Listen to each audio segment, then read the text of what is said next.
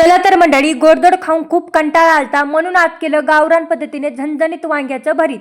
त्यासाठी वांग घ्यायचं, वांग्याला चाकून चिरा मारून घ्यायच्या। नंतर या वांग्याच्या चिरामध्ये लसूण मिरची भरून घ्यायची आणि वांग्याला चारी बाजूने तेल लावून घ्यायचं। तेल लावून झालं की गॅसवर वांग ठेवायचं आणि दोन्ही साईडनं खरपूस वांग भाजून घ्यायचं। वांग भाजून झालं की प्लेटमध्ये काढून थंड करायचं। तोपर्यंत कांदा, टोमॅटो, कोथिंबीर बारीक चिरून घ्यायची। नंतर वांग्यावरचं काळं टरपलं काढून घ्यायचं, वांग्यावरचा देठ काढून घ्यायचा आणि चाकून आपल्याला वांग चांगलं मॅश करून घ्यायचं।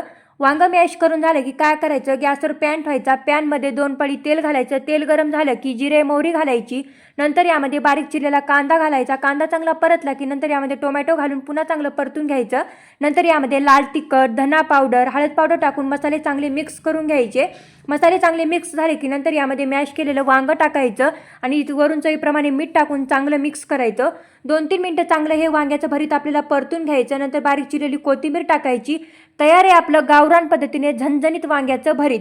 भाकरीसोबत एकदम मस्त याचं कॉम्बिनेशन आहे। नक्की करून बघा या पद्धतीने, खूप मस्त होतं। व्हिडिओ आवडल्यास एक लाईक, चॅनलला सबस्क्राईब करायला विसरू नका।